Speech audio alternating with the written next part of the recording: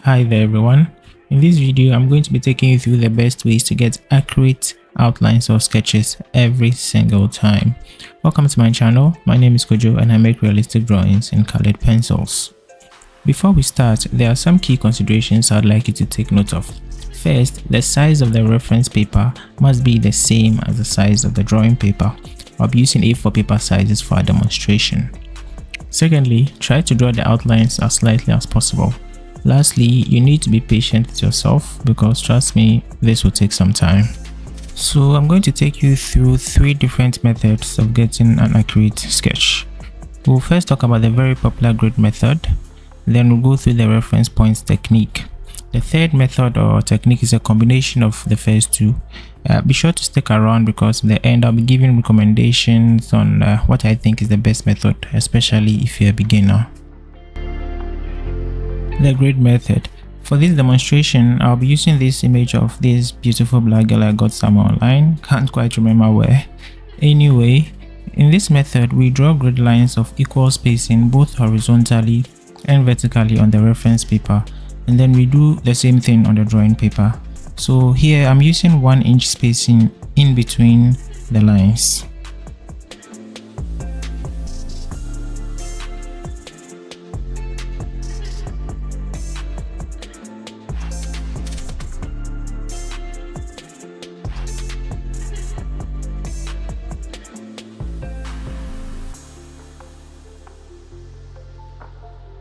I usually draw the lines using an ordinary HB pencil, but for this tutorial I'll be using a black colored pencil because I want this to be visible on camera.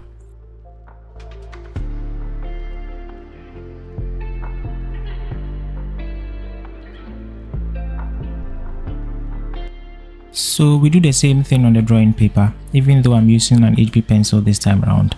Again, I'm doing this with as much pressure as possible because I want this to appear on camera. But in practice, try to draw the grid lines as lightly as possible. This is because once you are done doing the sketch, you'll have to erase the grid lines, and drawing them deeply will just make erasing a little more difficult. I label the lines using letters horizontally and then numbers vertically. I do the same thing on the reference. This helps me keep track of where I am when I start doing the sketch. Also, the sketches themselves, as I said in the beginning, need to be light. This is because having harsh outlines don't make for a very good realistic look.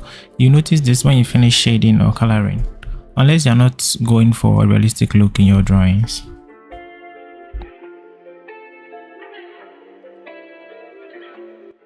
Now let's start. All we are doing here is trying to replicate what we see in our reference on our drawing paper, and the grids are serving as guides. So we just go line by line, square by square, trying to copy what we see in the reference onto our drawing paper. This is why it is essential that our reference and then the drawing paper sizes are the same. Remember, I said to be patient because drawing outlines take time. This has been time-lapsed, if there's a term like that, so it may appear easy. In reality, when you start off as a beginner, there's going to be a lot of erasing in an attempt to get this right, but trust me, with a few tries, you would improve a whole lot faster than you probably imagined. So practice is key. Method 2. Reference points. In this method, we'll pick certain key areas on the reference photo and use them as guide. These are points that really define the general look of the image, and you can pick as many points as you like. As you become more and more experienced, you will require fewer reference points.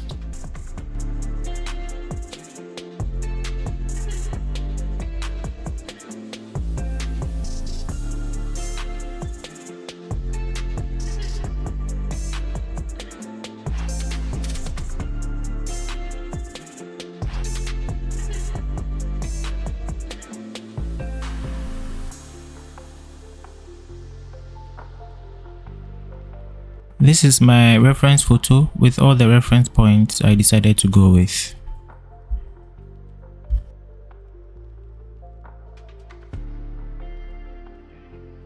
So we locate these points on the drawing paper by using horizontal and vertical measurements.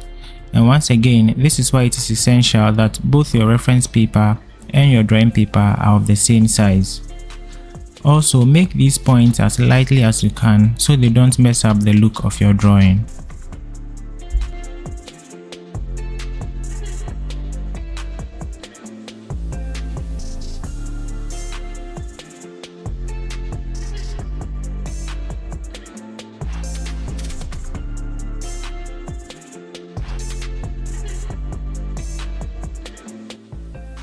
Here, I'm done picking my points, and it does look a little messy and sort of crowded, but that's just how it is when you go with this technique. Nothing to be scared of.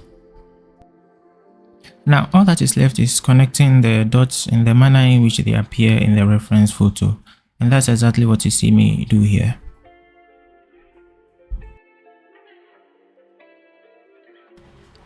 If you've enjoyed this video so far, don't forget to give me a like. It does help the channel a lot. Also, don't forget to subscribe if you want to see more of such videos in future.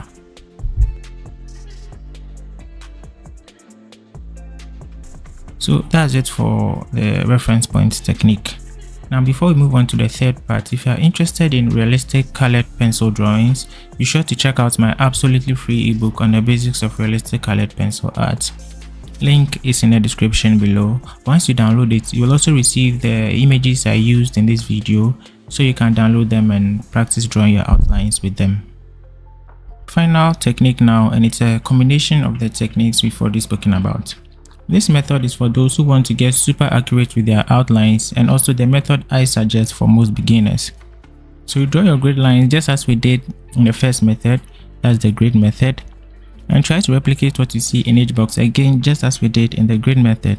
The difference here is that don't forget the grid method makes use of some amount of guessing in trying to locate where elements should be in a grid box. Occasionally, you might want to get super accurate with your outlines.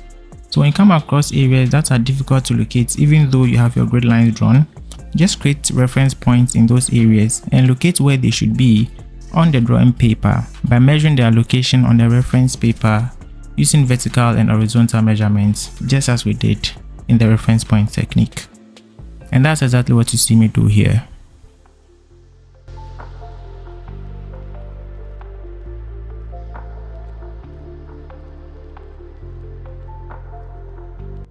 So don't forget to subscribe and turn on post notification if you're interested in learning how to make realistic colored pencil drawings.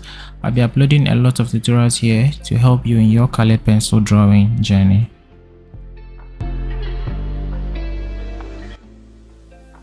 I hope this has been helpful. If you have any questions, let me know and I'll answer them as quickly as I can. Have a great day.